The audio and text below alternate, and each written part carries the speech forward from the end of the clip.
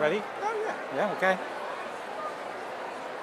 President Levinson, I have the honor to inform you that the candidates for graduation, faculty, staff, and guests of the college have assembled.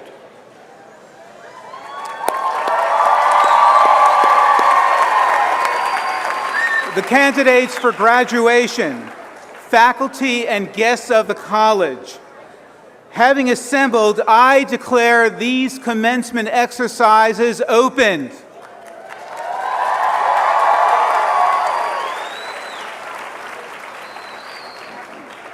Before we begin, I just want to make a weather announcement.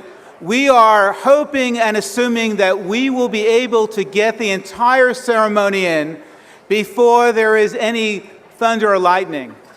But in the event there is, what we will be doing is stopping the ceremony, conferring the degrees, and then recessing to the reception on our West Campus.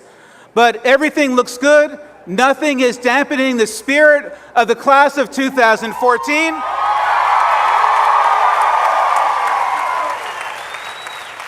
And let's begin. Please rise while the NCC choir leads us in singing the national anthem.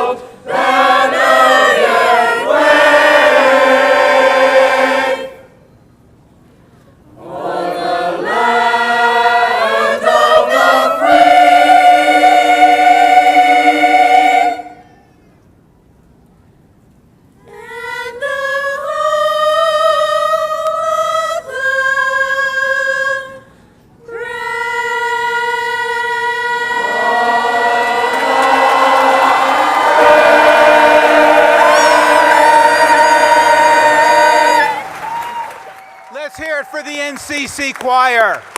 How beautiful. Thank you.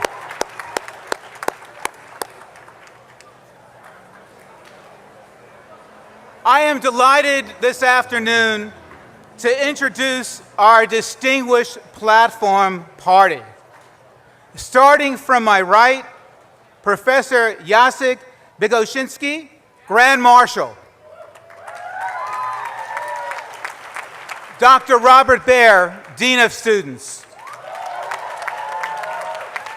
Nicholas D'Onofrio, Chair of the Board of Regents for Higher Education.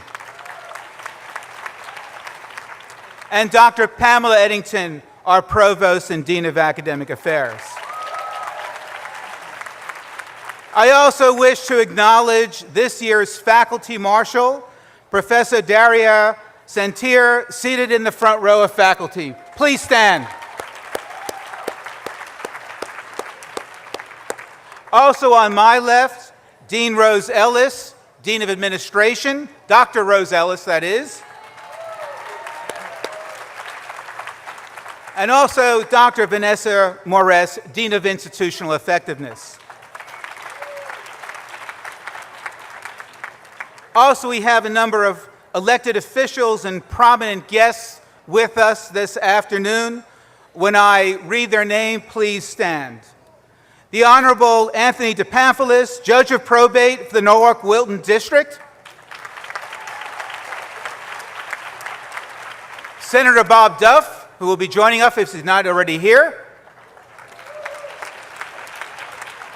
Mayor Harry Rilling, Mayor of Norwalk and NCC alumnus.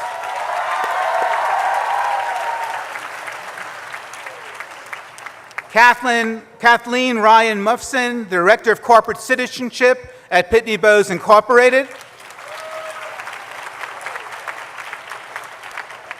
Polly O'Brien Morrow, Program Director at Pitney Bowes, President of the Pitney Bowes Relief Fund, and Vice President of the Pitney Bowes Foundation. Also with us this afternoon is Harry Reimer, Professor Emeritus at NCC, and also some very special people in my life, my wife Evan and daughter Emily.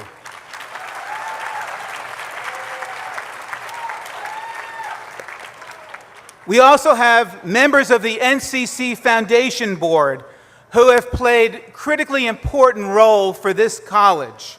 They have been emissaries, fundraisers, and advisors throughout the year. Our students are beneficiaries of their outstanding service, and when I call your name, please rise. Eleanor Reamer, President of the NCC Foundation Board. Joan Barksdale. Valerie Cooper. Michael Hobbs. Debbie McLean. Lee Mintz. Ellen Petrino. Leslie Schless. Stuart Weismiller, Kyle Wilcox, and also the NCC Foundation staff. Will they please stand? Now get this, the NCC Foundation has provided us with over $2.3 million this past year. That's also included $1.1 million for scholarships to 505 of our students, support for 4 new faculty positions, and funding for our veterinarian technology program, which we will begin in the fall of 2014. Please join me in expressing our gratitude to the NCC Foundation for their incredible efforts.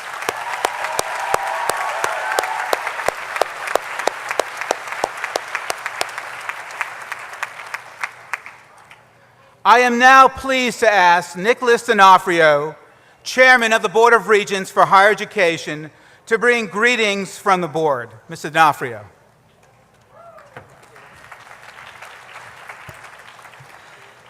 Thank you very much, David. Good afternoon to you all.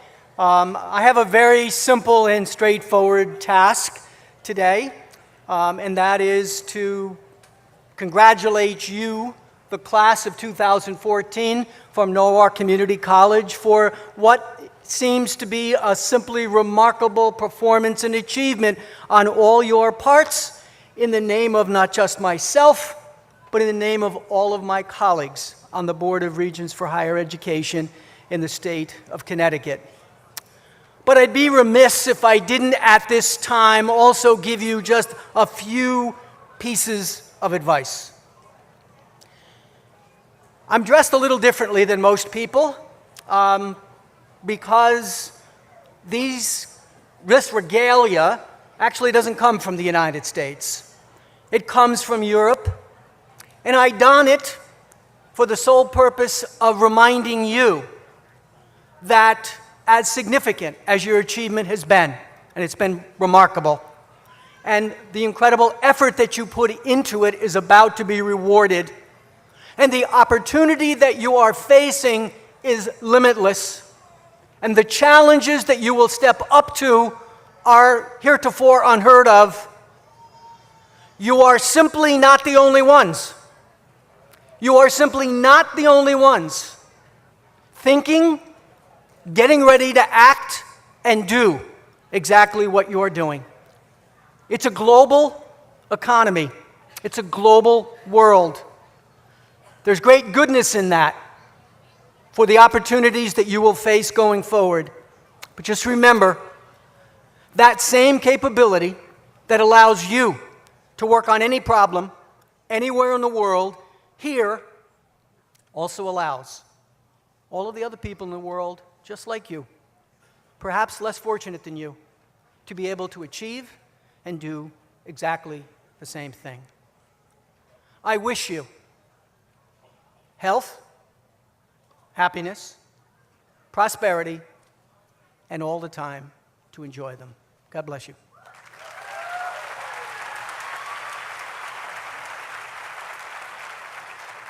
Thank you, Chairman D'Onofrio, for those very inspiring words. Okay, class of 2014, it's now my turn.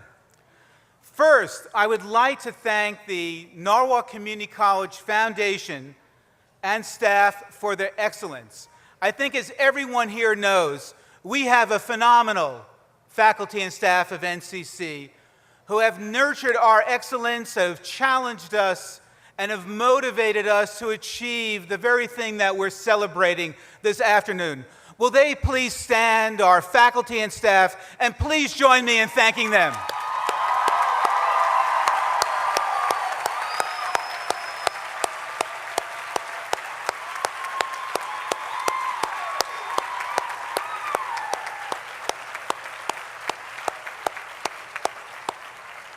Okay, now class of 2014, I want you to stand.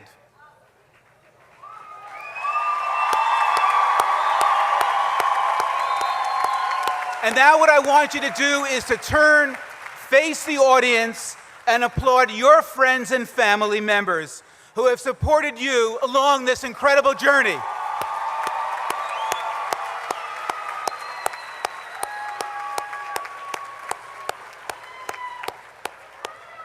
Okay, class, you can now sit.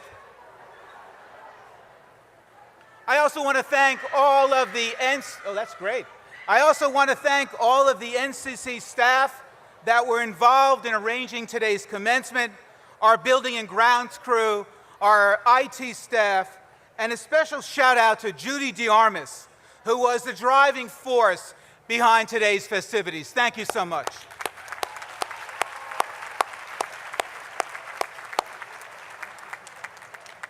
Okay, class of 2014.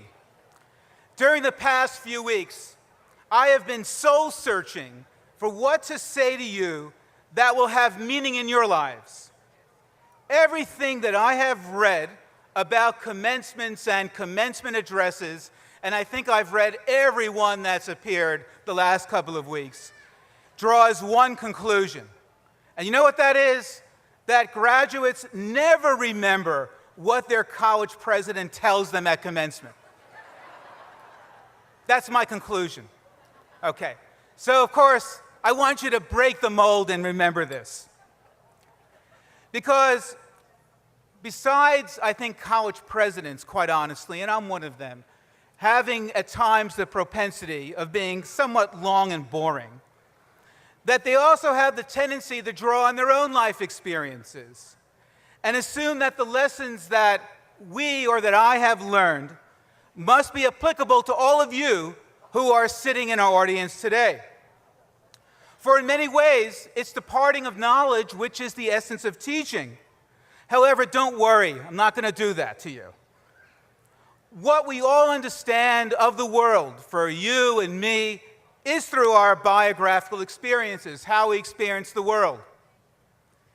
And yet, yes, and I'm sure everyone seated here this afternoon, attempts to make sense of the world for the way in which you've lived your life.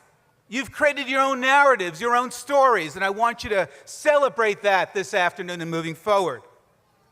However, rather than focusing on me, because I'm really not all that interesting, I want to focus on you, the graduating class of 2014.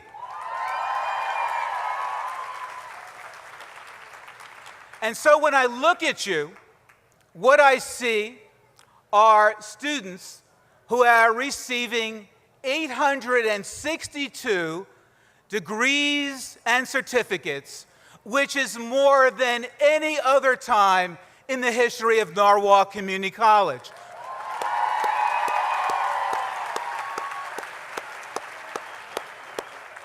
So you, being a record number, are not only the largest, but of course, the best and the brightest. But as Chairman D'Onofrio said, you are joining a legacy of thousands of people who have graduated from NCC and the millions of college graduates before you. So hence, we are participating in commencement. Now, what's interesting about commencement is that it's the end, but the word commence means it's only a beginning. And so what it's ending for you today is the end of this journey. And if I had my druthers and if I had all the time in the world, I would love to sit down with each and every one of you individually to engage in conversation and to get a sense of what all of you, and we're talking about over 800 people, what all of you are about, your origins, your aspirations, and to paraphrase our tagline, how you created who you are at NCC. Regretfully, and this is really sad for me every year at this time, I did not have a chance to do that. However, I did have a chance to take a really good sample of the graduating class of 2014. I'm a sociologist, so I like to study people. And while it's impossible to talk to all of you, I talk to what I think is a good representative sample. And this is what I've done. Maybe you weren't even watching me. I was walking around a lot throughout the year, seeing what was going on in the hallways, in our classrooms, all throughout our college, and also our beautiful grounds. I hung out with numerous groups, everyone from toddlers who were incredibly cute in our early childhood lab school, to lifetime learners who are part of our Lifetime Learning Institute. And those are people, 800 strong, of people who are roughly my contemporary, that is 50 years and older, not to date myself. I've also attended throughout the year numerous events, plays, and musical performances that you've been involved in. I've attended many of the events that over 46 different clubs and organizations put on this year. I've seen the beautiful artwork that adorns our halls and our galleries. And I've read the things that you have written, not only in some of your classes, some of the professors actually show me what you do, which is wonderful, but I've also read what you've written in our publications such as Musings, Passages, and our great student newspaper, The Voice. I've also learned about your community service and the incredible honors that you have received. You will see a number of our students today have gold hoods that they are wearing over their caps and gowns. And what this signifies is, for example, 124 students that were inducted into our honor society, Alpha Iota Nu, our award-winning chapter of Phi Theta Kappa, and also the 127 students who were inducted just about a week ago into the National Society for Leadership and Success. So I've had the opportunity to sample you. And let me tell you what I've learned and what I conclude. First of all, you are tenacious, you are persistent, because when you fall down, and we all do, and failure is part of success, you pick yourself up and you try again, and you put into practice the prophetic wisdom that I received just the other day in a fortune cookie. Because as I'm trying to figure out what to say, I'm looking for every signal I can find, right? So here's what this fortune cookie said to me. It said, quote, "Success is going from failure to failure without the loss of enthusiasm." Just think about that. Success is going from failure to failure without the loss of enthusiasm. That's the graduating class of 2014.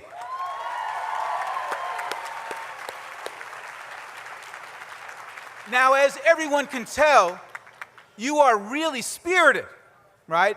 It's been clear to me throughout the year, through our rehearsal last night, and what we're experiencing today, and I don't care how hard it rains, it will never dampen your spirit.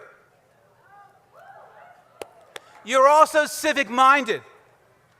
400 students this year engaged in service learning and working on our community, provided close to 8,000 hours of service to over 30 community groups and organizations. And that's just what I know about, and I'm sure many more have provided service. You've engaged in our clubs and organizations, and what is so beautiful is that you collaborate. You collaborate, whether it be part of our wonderful choir, whether you are part of our student productions that had hundreds of students involved this year, whether you were part of creating and serving the wonderful meals in our culinary arts program. And when I see you collaborate, what is so wonderful is that you are supportive of one another regardless of race, ethnicity, age, religion, or sexual orientation. The bonds that you've created and that you have demonstrated is not only touching, but you, the class of 2014, have so much that you can tell the world about celebrating diversity and representing true inclusion. And that is one of the most incredible gifts you, the class, have taught to me, have taught to all of us, and can take and will take with you throughout the world.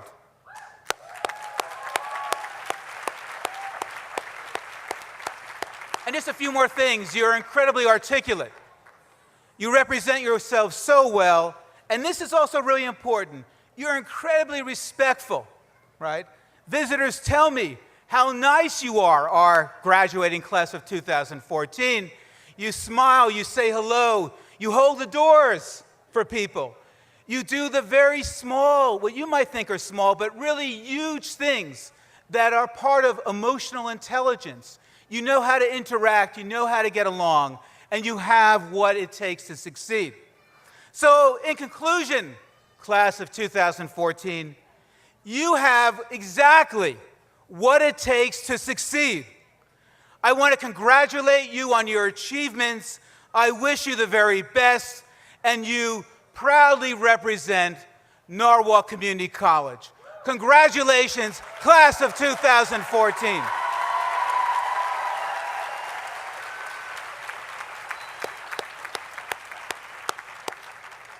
It's now my great pleasure to ask Dr. Robert Baer, our Dean of Students, to come to the podium. Dr. Baer.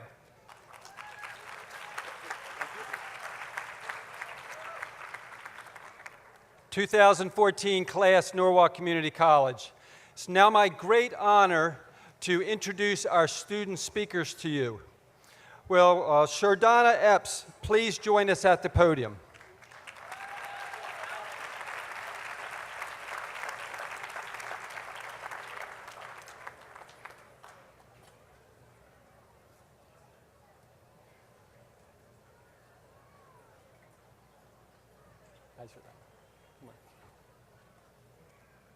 Shardana was born and raised in the Bronx, New York, and has been very active during her tenure here at NCC.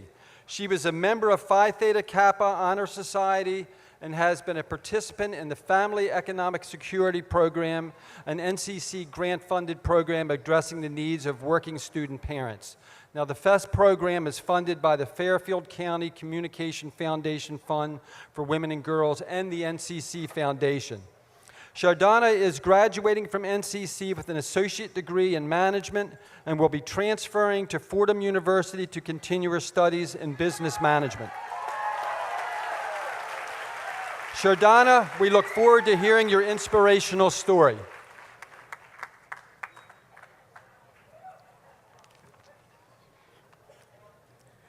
Good afternoon.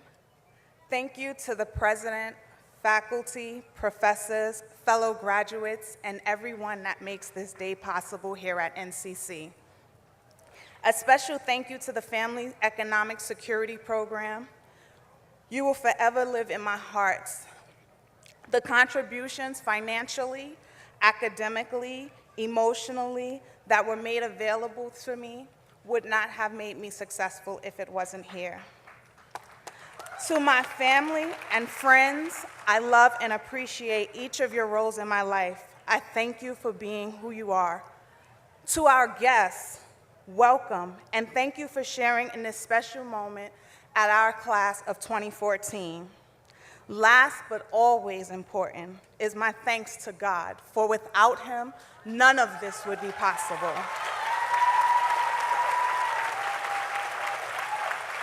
When I was asked to be a student speaker at our graduation ceremony, I was not only shocked but humbled to have been considered for this special occasion. I wondered what I would say, and I decided I would tell my story. I am grateful to have this opportunity to share with you in passing a piece of my journey in this monumental moment in our lives. As I look out at you, this moment still feels surreal. I can hardly believe I made it and that I'm standing here to share in this day with you. These last few weeks have prompted me to reflect back over my life more than ever, and I hope that my strides to rise above adversity will encourage you to carefully choose not only the words that you speak, but the words that you hear. I hope that you will recognize the power that words have in shaping our vision, and that you will leave here today with a new insight, ambition, awareness, and ready for the next chapter in your life. It is important that we reach our goals and encourage others to reach theirs as well. My journey begins nearly 21 years ago when I was looking down into the eyes of my son, whom I'd have given birth to just 3 days before my 16th birthday.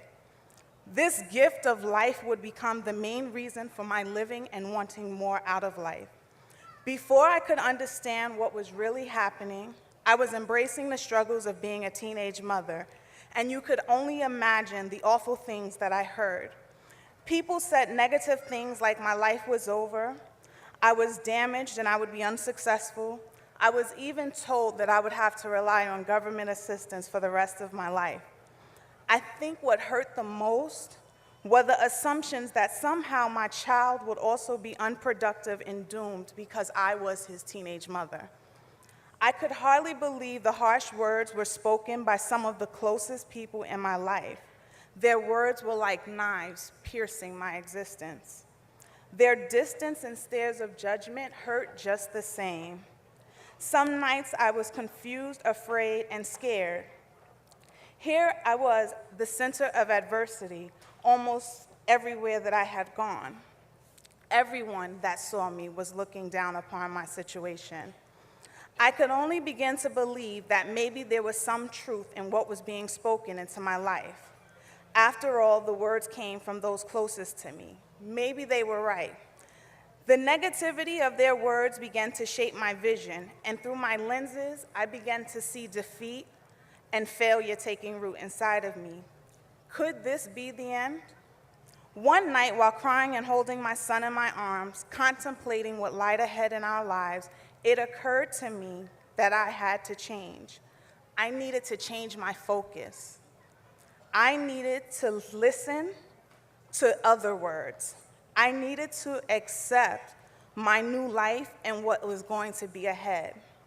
I needed to be a good mother, and I needed to survive. And more importantly, I had to do it for my son and myself. From that day forward, I did everything I thought I could to accomplish being the best mother.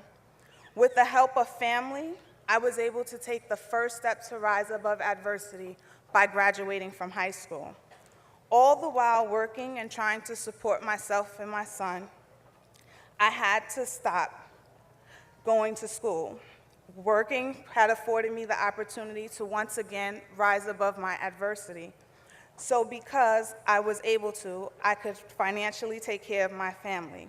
My intensity to survive meant that I had to put my dreams on hold. It was just 4 years ago when I was sitting across from my son and realized I am preparing him for high school graduation. That is where I decided that it was time for me to pick back up my dreams and make them achievable. A few days later, I was surfing the internet looking for schools, and it was not hard when I found NCC. It was the perfect fit. It was close to work, and there was flexibility in the class schedule. In the summer of 2010, I walked through the doors, took my placement test, and began this new journey unfamiliar to me with you, the class of 2014. I had spent the last 17 years focused on the dreams of my children and not my own, and yet I found my place here at NCC. Along this new journey, I found safety in dreaming my dreams again. I look out at each of you, and I know that you all have chapters in our lives. I do not know your story, but what I have learned from my own journey and offer you today is to know that change is inevitable. Opinions vary and life happens, but it is in the midst of the storms that we gain our greatest strengths. Do not be discouraged by change. Do not run from adversity, but know that you have the power to choose the positive words that you hear along with the encouraging words that you speak. Although my dreams may have been placed on hold, and I have even taken some time to have different turns, I had to step back, step over, and step around, I am graduating. We are graduating.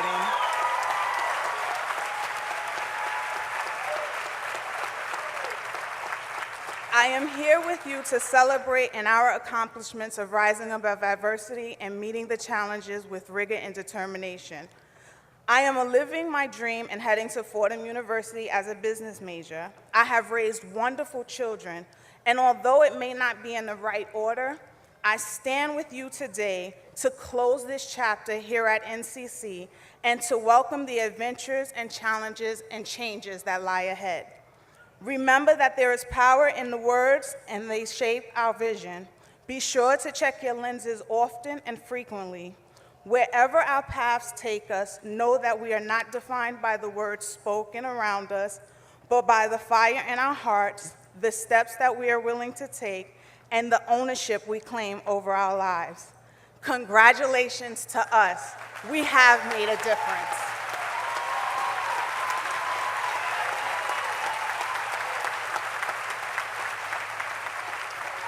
Shadana, thank you for sharing your personal thoughts and life experiences, and we wish you the very best at Fordham University.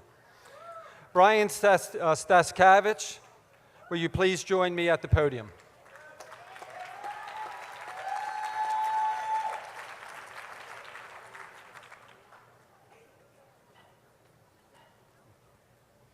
Brian was born in Huntington, New York, and raised in Sherman, Connecticut. After high school, Brian joined the Army and was assigned to intelligence and became an intelligence analyst. He served 5.5 years, including tours of duty in Iraq and Haiti. This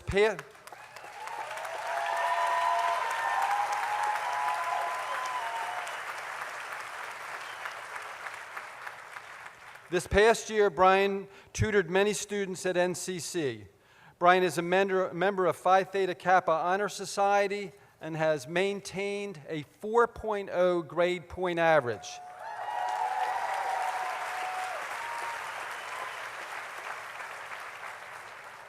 He is graduating from NCC with an associate degree in accounting.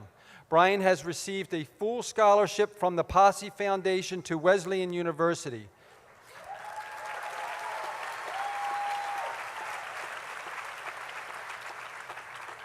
He is one of the Foundation's first cohorts of veterans to receive this scholarship. Brian, we look forward to hearing your personal story.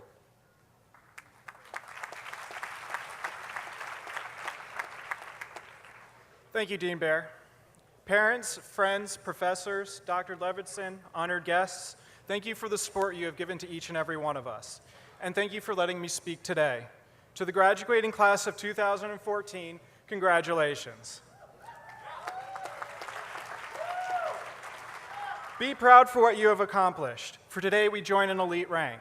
We are college graduates, and for many of us, this will be the first time that we can check the college graduate box on applications.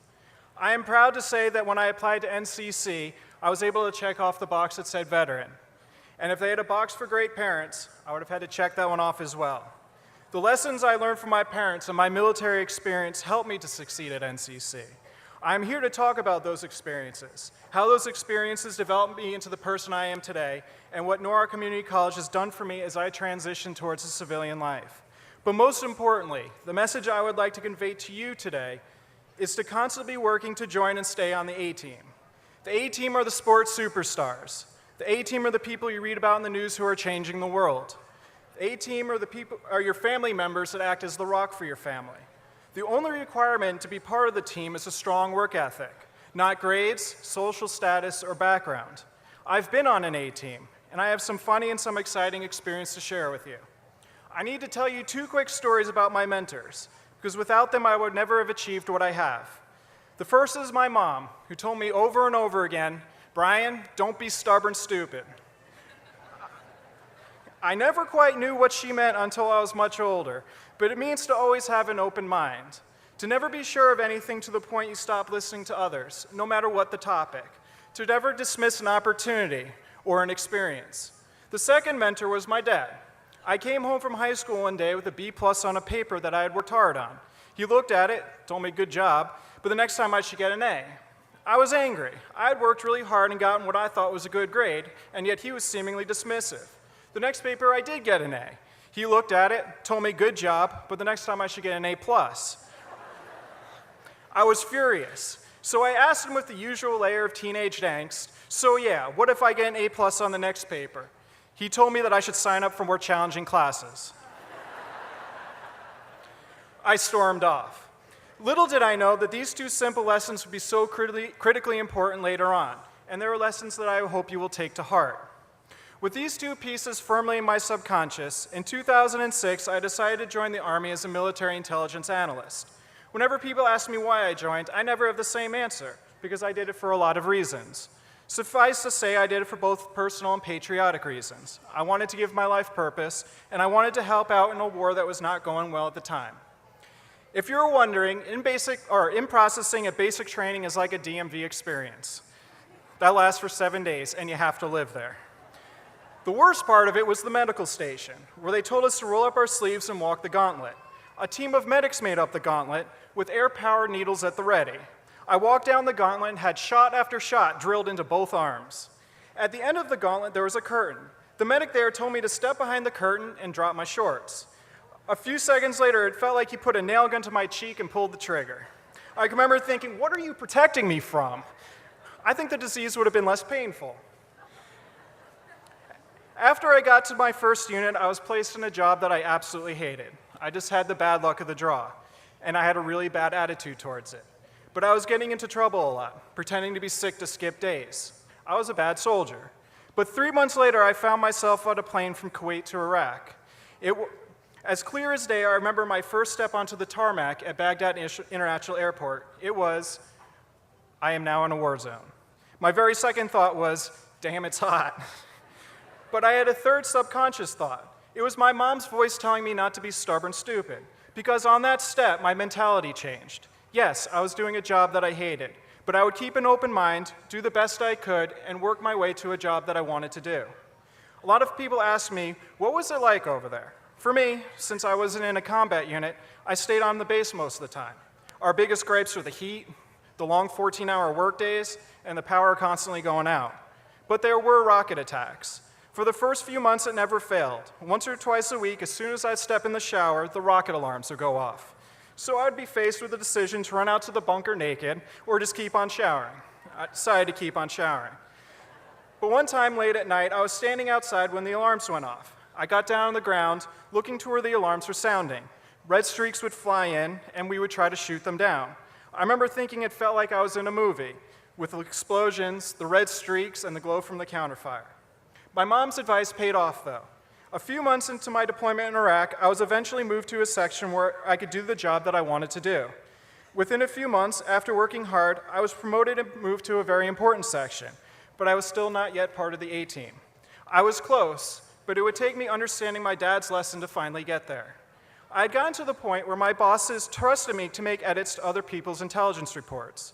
I was working with one soldier who was still learning, and he handed me a report he had just written. After looking it over, I told him it was good, but it still needed work. He asked me, frustrated, "But you said it was good." I responded, "Yes, but we can always do better." I turned back to my computer and went, "Whoa, I sound just like my dad." And it was then and there I knew what he was teaching me, that we should be proud of what we have accomplished, but never satisfied, to always push ourselves to be better, to keep learning, to keep improving. Without that insatiable drive to always be better, I would have stagnated and never made the A-team. It took me another year to finally make it, but once I was on it, I got to be part of a lot of exciting experiences. Most of them are classified, but I can tell you a few. I was selected to go to Haiti after the 2010 earthquake. I landed in the Haitian capital city of Port-au-Prince 3 days after the earthquake happened and saw the devastation firsthand. While driving from the airport to the embassy, we passed underneath a building that was leaning over the road. I remember driving underneath it, looking up and saying to myself, "Please don't fall, please don't fall." A few days later, it actually did fall. A few months after I got back from Haiti, I was asked to give a briefing to a 3-star general, who turned to me and asked me point blank, "What do you think about the security around Pakistan's nuclear weapons?" I remember thinking that instant, I'll never be scared again in my life, because nothing will compare to how far my heart was in my throat when I gave him my answer. I've been to the Iraq-Iran border and won a staring match with an Iranian soldier. I helped write the humanitarian aid playbook for Haiti, and written intelligence reports that have been given to the President of the United States, all because I worked hard to be on the A-team. After I ended my time in the military, I knew I was coming here to NCC, for many of the same reasons you all decided to join. It was our in-between move, a transition one part of our life to another. That message from my mom, "Don't be stubborn, stupid," was shown by how all of us took classes that were not related to our major. We were all forced out of our comfort zone, and we all succeeded. We were not stubborn, stupid. Many of us were on A-teams here at Norwalk. Myself, I was a tutor. Many of you were in part of clubs or volunteered. Still others are your first in their family to go to college. We all worked hard, and we all succeeded. Our in-between step is over. This college has completed the transformation of who we were when we applied to who we are here today. The next chapter of our life starts tomorrow. Be proud today. You have worked hard to reach this graduation, but don't be satisfied. Continue to learn. Continue to push yourself. Become part of the A-team wherever your next chapter in life takes you, and you will be surprised at the opportunities that will be at your feet. Keep an open mind. Don't be afraid to pursue an opportunity, because once you're on an A-team, you can start to change the world around you for the better. Good luck, and God bless.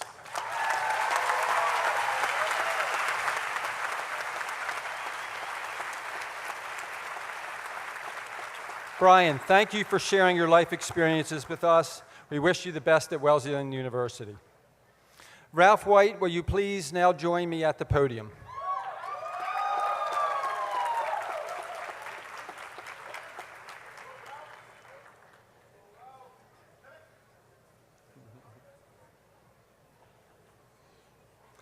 Ralph was born and raised in Brescia, Italy, and came to the United States when he was 8 years old. He is a member of Phi Theta Kappa Honor Society and is a founder of the Debate Club. He served 2 years as president of the Speech Club and worked tirelessly to boost the membership of the club and added to new activities.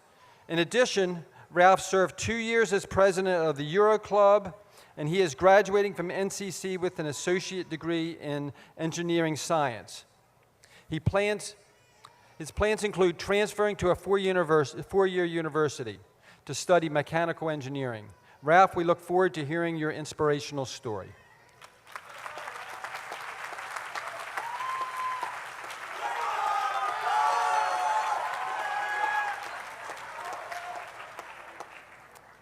Hello and good evening, faculty and staff, friends and family, but most importantly, to this year's graduating class of 2014. I am honored today to be your commencement speaker, so thank you for all of those who had a hand in helping me do that. I want to begin by thanking all of those who've helped me out here at NCC. Thank you to Leon Hirsch, whose donation to the NCC Foundation provided me with a great scholarship. Thank you to staff and faculty members, from deans to professors to cleaning crew and security. But I'd like to single out two of my advisors who I think were the best advisors here at NCC while I was here, Professor Susan Seidel and Professor Estelle Datalo. Thank you.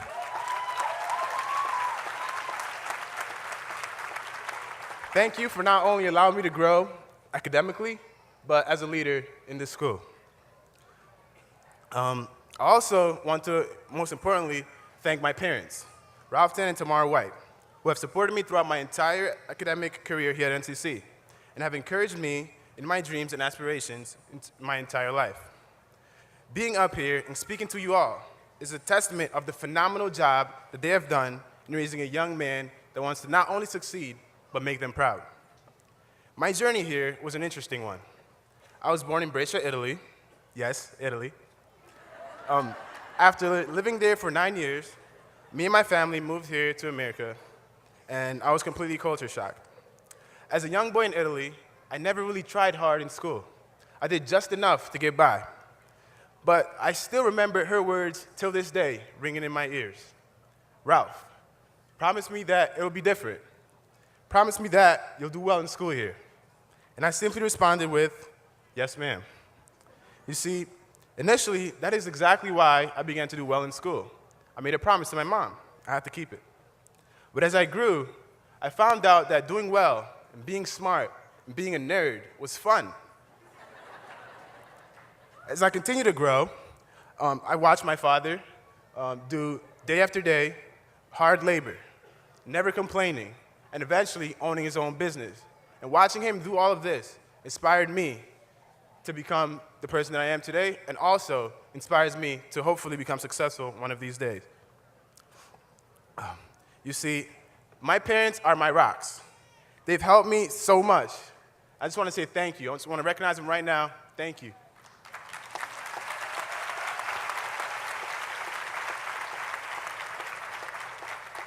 I believe if my parents could come to America without education and start from a 2-bedroom apartment in the basement to eventually owning their own homes, with education, I could do anything.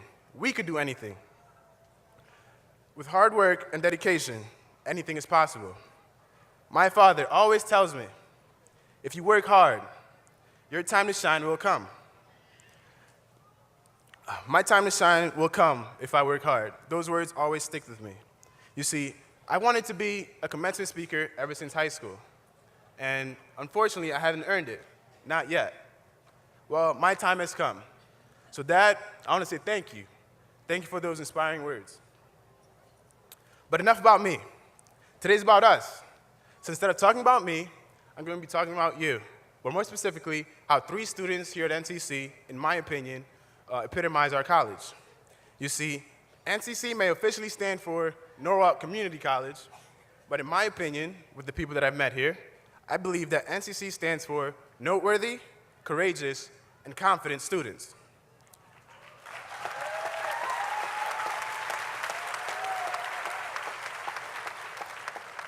Noteworthy. I met this young man by chance. He walked into one of my speech club meetings, and we've been friends ever since. I call him noteworthy because of where he came from. You see, if he didn't tell you, he was what I would have called a rebel. He didn't do so great in high school, didn't exactly live a purposeful life, but the man that I know today is an award recipient member of Phi Theta Kappa Honor Society and has a near 4.0 GPA and spearheads a number of clubs here at NCC. He has shown me that it's not about where you start, but it's about how you finish. He wasn't the fastest to come out of the blocks, but life isn't a sprint. It's a marathon, and he's making great strides into finishing strong. He's shown me that we're all greater than what we think we are here in the present. We just need to continue to try our best to reach our full potential. Courageous. This woman has earned all of my respect. She moved to America after earning a law degree in her native country of Brazil in pursuit of her real dream, engineering. I call her courageous because in her early 20s, she left her family behind to come to a completely different country with a different culture and different language, not only knowing that she was going to succeed, but knowing that she was going to make it look easy. If you don't know, engineering is a predominantly male field. This woman not only stands above most of us males in most of my classes, but she's earned the title of the curve killer. If you don't know what a curve killer is, it's the person that gets the highest grade on a test that is almost impossible to complete, Professor Gee. And she always comes out on top. The reason why I'm mostly proud of her is because she's going to transfer to one of the top engineering schools in the nation. But not only that, she's doing it with a full scholarship. She's shown me that with the right mindset and a little bit of courage, anything is possible. Confident. This young man has continued to jump every hurdle in his way. He's an undocumented student who moved to America at an early age, whose work ethic is unparalleled to anyone that I've ever met. I call him confident because even though he knows that financing his education will be extremely difficult, he continues to strive and work extremely hard to make sure that his status does not impede his future. I've watched him excel not only in the classroom, but through deep involvement in the college's social scene. Little does he know, I've been watching. And I'm sure all our friends have been watching him too. His confidence, his willingness to let nothing stop him has taught me that there is no hurdle bigger than ourselves. If you can get past the mental blocks that we place in front of ourselves, anything is possible. Knowing that you are not the only one in this audience in the same situation, I want to encourage the rest of you in the same situation by saying that if you believe in yourself badly enough, if you want it badly enough, there's no obstacle that can come in the way of your education. These 3 words do not only define these 3 people, they define all of us. They define all of us. So as you either go on to a 4-year university